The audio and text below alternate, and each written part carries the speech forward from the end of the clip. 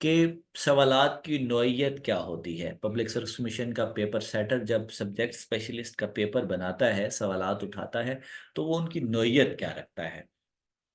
تو آپ نے دو چیزیں ذہن میں رکھنی ہیں. نمبر ایک کہ کس پورشن سے کتنے سوالات آ رہے ہیں، اور نمبر دو سوال کی نوعیت کیا ہے.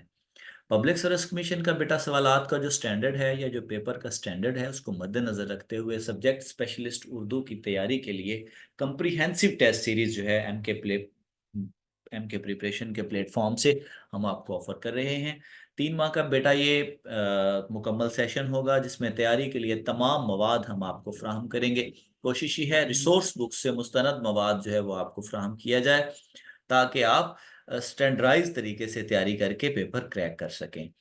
5,000 کے فیس پیکج میں بیٹا ہم تیاری کے تمام مراحل پر آپ کو گائیڈنس بھی فراہم کریں گے اور تیاری کے لیے مواد بھی فراہم کریں گے. کوشش کریں وقت ضائع کیے بغیر. ہم نے پہلی سلائیڈ میں آپ کو نمبر دیے ہیں، نمبرز پر رابطہ کر کے آپ اپنی رجسٹریشن کنفرم کریں اور ان خطوط پر تیاری کریں جن خطوط پر پبلک سروس کمیشن کا paper seater subject specialist Urdu کا پیپر تیار کرتا ہے. ہم پیپر کے اگلے حصے کی طرف چلتے ہیں. انارکلی ڈرامہ کب لکھا گیا؟ 1922 میں. شہرت عام بقائے دوام کا دربار مضمون مولانا محمد حسین آزاد کا مضمون ہے. وہ کتاب جس کے دیباچے کو اردو سوانح نگاری کے منشور کی حیثیت حاصل ہے، حیات سعدی ہے. میں باغی ہوں، میں اور میرا پاکستان، اور سب سے پہلے پاکستان، چاہے یوسف سے صدا، یہ سندھ کے اعتبار سے آپ بیتیاں ہیں کتابیں. لوح دل مجید امجد کی نظم ہے. کلام میں کچھ باتوں کا تذکرہ کر کے ان کی مناسبت سے متعلقات کا ذکر کسی خاص تعین یا بغیر تعین کرنا علم بدیع کی اصطلاح میں کون سی صنعت کہلاتا ہے؟ صنعت لف و نشر. یعنی اوپر والے مصرے میں شاعر جو ہے وہ کچھ باتوں کا تذکرہ کرتا ہے اور پھر انہی کی مناسبت سے تعین یا بغیر تعین کیے ہوئے نچلے مصرے میں بھی کچھ چیزیں ڈسکس کرتا ہے جو ایک دوسرے سے مربوط یا متصل ہوتی ہیں، جس کو ہم اصطلاحاً صنعت لف و نشر کہتے ہیں. 28واں سوال ہے ہمارا. کلام میں کسی لفظ کے دو معنی نکلتے ہوں اور سمجھنا مشکل ہو کہ کون سا معنی مراد لیا گیا ہے. صنعت ایہام ہے. وہم میں ڈالنا اردو شاعری کی جو سب سے پہلی تحریک ہے، باقاعدہ طور پر ایہام گوئی تھی، اور یہ ایک وقت تھا جب شعر کی خوبی شمار ہوتی تھی، لیکن پھر بعد ازاں استاد شعراء نے ایہام کو عیب تصور کیا اور اس کے خلاف رد عمل آیا، اور ایہام سے زبان کو پاک کرنا جو ہے وہ شعر کی خوبی شمار ہونے لگا. تو کلام میں ذو معنی الفاظ یا شعر کی ذو معنویت کا حامل ہونا ایہام شمار ہوتا ہے. 29واں سوال. لفظ معترضہ کے لیے علامت. جملے کے اندر لفظ معترضہ کے لیے قوس لگائی جاتی ہے، بریکٹس کا استعمال ہوتا ہے. یہ رموز اوقاف سے سوال آ گیا ہے جی. وجہ جامع صورت ہے استعارہ کی. یہ علم بیان میں سے استعارہ کا ایک سوال پوچھ لیا گیا ہے. ماہیہ کتنے مصروں پر مشتمل ہوتا ہے؟ 3 مصرے ہوتے ہیں اس میں. پنجابی صنف ہے. یہ اصناف نثر اور اصناف نظم سے سوال آ گیا ہے. آزاد نظم کی سب سے بڑی خوبی اس کا تخیل ہے، تخیل کی بلند پروازی یا رفعت تخیل اس کی خوبی ہے. کسی غیر زبان کے لفظ کو فارسی بنا لینا تفریس یا مفرس کہلائے گا. اسی طرح ہندی اور عربک کے بھی بعض اوقات سوالات پوچھ لیے جاتے ہیں کہ ہندی لفظ کو اردو میں ڈھال لینا، عربی لفظ کو اردو میں ڈھال لینا، معرب یا مہندس وغیرہ. یہ عموماً ایک سوال پبلک سروس کمیشن میں اب پوچھا جا رہا ہے، تو اس گوشے پر بھی ضرور آپ تیاری کو اس میں شامل کریں. غلام عباس کا ناولٹ گوندھلی والا تکیہ، میر تقی میر کے اردو دواوین 6 ہیں، اور محمد علی جوہر ہمدرد کے متوازی کامریڈ نکالتے تھے. اخبار کا نام ہے. علامہ اقبال کی اقتصادیات پر علم الاقتصاد کتاب ہے، 1903 میں چھپی ہے. اعلان جنگ دور حاضر کے خلاف ضرب کلیم کو کہا جائے گا. یہ ٹائٹل ورڈز ہیں ضرب کلیم کے. اعلان جنگ دور حاضر کے خلاف. اردو زبان میں غیر منقوط حروف 20 ہیں. حروف ابجد کی تعداد اردو زبان میں ابجد کی تعداد 17 ہے۔ چار شنبہ بدھ کو کہتے ہیں۔ بال نے کس صنف کو سب سے زیادہ برتا ہے؟ مثنوی کو۔ یہ سوال خصوصیت کے ساتھ پبلک سبسکرپشن میں 2-4 مرتبہ آیا ہے کہ کون سی صنف ہے، تو اس میں غزلیات ہیں سب سے زیادہ، اور صنف کے اعتبار سے مثنوی زیادہ ہم نے دیکھی ہے۔ اقبال کی جو منظومات ہیں وہ بھی زیادہ تر مثنوی کی حیثیت میں ہیں، تو اس لیے مثنوی جو ہے وہ زیادہ تر، یعنی مجموعی طور پر زیادہ تر جو اقبال کا کلام ہے وہ اس لیے پامال راستوں کو ترک کر کے تخلیقی جذبوں کے تحت نئی قدروں کی تلاش میں منہمک ہونے کا عمل رومانویت کہلاتا ہے۔ ہم آگے چلتے ہیں پیپر کی طرف۔ سوکیانہ فرسودہ پامال الفاظ ابتذال کہلائیں گے۔ روزمرہ کے لیے ضروری ہے کہ اپنے حقیقی معنی دے۔ اچھا، یہ روزمرہ چونکہ محاورہ کی ضد ہے، یہ ذہن نشین کر لیں کہ محاورہ روزمرہ سے سوال لازمی طور پر آ رہا ہے۔ حقیقی معنی روزمرہ کے لیے ہیں، اور مجازی معنی یا غیر حقیقی معنی وہ محاورہ کے لیے ہیں۔ قواعد کی روح سے لکھنا مصدر متعدی ہے۔ پہناوا اس میں حاصل مصدر ہے پہنانا سے۔ کس صنف نثر کی زبان غزل کے قریب ترین ہے؟ انشائیہ کی۔ غزل در غزل سے مراد ایک ہی بحر اور قافیے ردیف اور زمین میں اگر شاعر ایک غزل مکمل کرتا ہے اور تخلص کے بعد غزل مکمل ہو گئی ہے، اب اگر اسی قافیے بحر ردیف یا اسی زمین میں من جملہ ایک اور غزل یا اور دیگر اشعار لکھنا شروع کرتا ہے تو اس کو غزل در غزل کہیں گے۔ اس کے لیے دو غزلہ سے غزلہ کی بھی اصطلاحات ماضی میں استعمال ہوتی تھیں، اب اسے غزل در غزل کہیں گے۔ میر نے زندگی کے 31 سال بسر کیے کہاں؟ لکھنؤ میں۔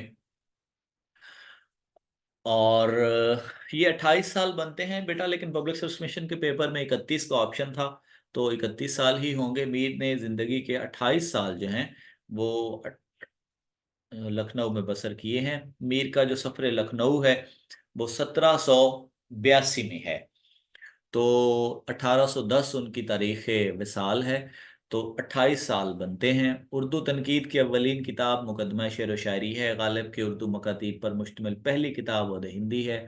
ترقی پسند تحریک کے روح رواں سجاد ظہیر ہیں، اور علامہ قواعد کی روح سے لقب ہے۔ تشبیب جزو ہے قصیدے کا۔ پہلا اس کی ابتدائیہ ہی تشبیب جو ہے وہ کہیں گے ہم نے بیٹا سوالات کو ڈسکس کیا آپ کے سامنے، ہم نے سوالات کی نوعیت کے بارے میں آپ کو بتایا۔ گروپس آف لٹریچر سے ہم نے دیکھا کہ کس گروپ سے کتنے کتنے سوال اٹھائے جا رہے ہیں۔ انہی سٹینڈرڈز پر اور اسی معیار کی پبلک سروس کمیشن کے سٹینڈرڈ آف پیپر کو مد نظر رکھتے ہوئے بیٹا کمپریہنسو ٹیسٹ سیریز ایم کے پریپریشن کے پلیٹ فارم سے ہم آپ کے لیے تیار کرنے جا رہے ہیں۔ ود ان ڈیز 2-3 دنوں میں ہی کمپریہنسو ٹیسٹ سیریز کا آغاز ہو رہا ہے، جس کے لیے شیڈول ترتیب پا دیا گیا ہے، اور اس کے جو ٹاپکس ہیں وہ بھی ڈیسائیڈ کر لیے گئے ہیں۔ کوشش کریں وقت ضائع کیے بغیر سبجیکٹ اسپیشلسٹ اردو کی تیاری کے لیے ہمارے نمبر پر رابطہ کریں۔ نمبرز ہم نے سلائیڈ میں آپ کو دے دیے ہیں، اور اپنی رجسٹریشن کنفرم کریں تاکہ آپ پبلک سروس کمیشن کا جو سٹینڈرڈ ہے پیپر کا اس کو مد نظر رکھتے ہوئے تیاری کر سکیں، اور پیپر کریک کر کے یقینی طور پر انٹرویو میں اپنی شمولیت یقینی بنا سکیں۔ ہم اگلے سوالات کی طرف چلتے ہیں۔ حالی کے نزدیک شاعر کو متشاعر سے ممیز کرتی ہے تخیل، کیونکہ خیال کے جو کا مکس اپ ہونا ہے، خیال کا جو ربط ہونا ہے، متشاعر عموماً خیالات چوری کرتا ہے، عمومی طور پر مصرے یا خیالات اٹھا لیے جاتے ہیں، تو متشاعر جو ہیں ان کو شاعر سے جو اس کی تمیز ہے، جو اس کو دور کرتی ہے چیز، حالی کے نزدیک وہ خیال ہے۔ ہجو کلام میں شاعر جب کسی شخص کی ذاتی طور پر برائی کرے، اس کی برائیوں کا بیان کرے، یا برا بھلا کہنا بھی ایک ہم عمومی طور پر اصطلاح استعمال کرتے ہیں، اس کے لیے ہجو کہا جاتا ہے۔ اور ہمارے رفیع الدین سودا جو ہیں وہ ہجو نگاری کے لیے بڑی کمال شہرت رکھتے ہیں۔ من کے ایک دھوبی اور کاغذی گھاٹ اور گلاب تمہارا کیکر ہمارا، یہ خواجہ حسن نظامی کے انشائیے ہیں۔ مشرقی تمدن کا آخری نمونہ شرر کی تصنیف ہے، بیگمات کے آنسو حسن نظامی کے ہیں۔ مٹی کا دیا خود نوشت ہے مرزا ادیب کی، محاورہ کے لیے لازمی ہے کہ وہ مجازی معنی دے۔ ہم نے پیچھے ڈسکس کیا ہے کہ روزمرہ جو ہے وہ حقیقی معنی دیتا ہے اور محاورہ مجازی معنی۔ فاختہ اڑانا محاورہ ہے، مزے کرنا، آوارہ گردی کرنا، قدم لینا، تعظیم کرنا، اور گنگا نہانا مشکل کام سر انجام دینا، سبک سر ہونا بے عزت ہونا، اور آنکھیں سفید ہونا بینائی جاتے رہنا۔ اگلے سوالات کی لیے ہم چلتے ہیں جی۔ ٹامک ٹوئیاں مارنا، کیا سرائی کرنا، تکے لگانا، حفظ جاں بنانا، عزیز رکھنا، شش و پنج میں پڑھنا محاورہ بھی ہے اور روزمرہ بھی۔ آگے ناتھ نہ پیچھے بگھا لاوارث کے لیے کہا جاتا ہے۔ سوالات کی نوعیت کو بیٹا اگر ہم دیکھیں، پیپر کے سٹینڈرڈ کو اگر ہم دیکھیں تو قریب قریب اس میں صرف محاورہ اور روزمرہ جات زیادہ ہیں، باقی یہ لیکچرر اردو کے پیپر سے قریب قریب چیزیں ہیں۔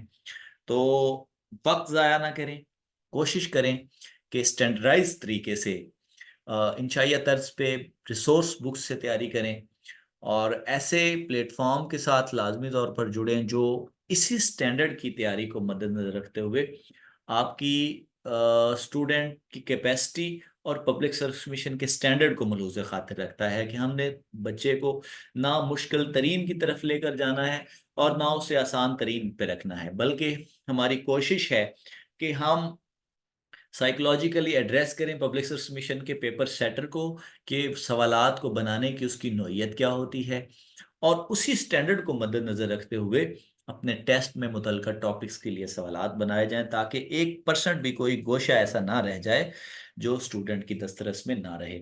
کوشش کریں بیٹا وقت ضائع کیے بغیر دیے گئے نمبرز پر رابطہ کریں اور اپنی رجسٹریشن کنفرم کریں، تاکہ آپ انہی خطوط پر سٹینڈرائز طریقے سے سبجیکٹ اسپیشلسٹ اردو کے پیپر کی تیاری کر سکیں۔ 91 سوال ہے، نمازی کا ٹکا محاورتاً فعل بد کی سزا برائی کے لیے یہ محاورہ ہے۔ بانگے درا کا دیباچہ سر عبد القادر نے لکھا۔ نور اللغات لغت مولوی نور الحسن کا ہے۔ جزو لا ينفق جو حصہ الگ نہ کیا جا سکے۔ کھیت رہنا لڑائی میں مارے جانا، کام آنا کاغذ کھولنا عیب فاش کرنا۔